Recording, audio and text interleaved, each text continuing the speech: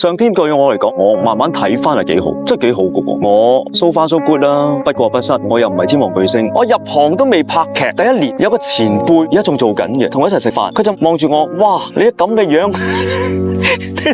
你睇下今年如果冇乜嘢，你就唔好再做啦。我諗好多嘅演員都會試過啲咁樣嘅，咁但係對於我嚟講係難受嘅。我曾經試過我拍劇拍到壓力大到我係每晚返屋企沖涼我都要喊，將嗰種嘅情緒抒發出嚟，跟住我就瞓得着。排骨仔呢個角色，連當時好多現場演員都會好擔心我嘅情緒，因為成日都要喊。我拍完導演嘅剪完出嚟之後呢，我自己睇翻我都冇管動，係啊，好辛苦噶。你諗下，我每日我哋拍攝時間就15-16個鐘，你諗下我人生除咗屋企就係呢度 TVB， 咁我日日咁樣生活，開心與唔開心眨下眼就過。我經過過呢啲咁樣嘅經歷，我對啲後輩，佢哋一唔開心，我會同佢講，其實唔使驚，你俾翻啲信心佢哋，生活嚟噶嘛，你生活得唔開心，佢哋好慘翻屋企，我受過，我唔想佢哋受，係啊。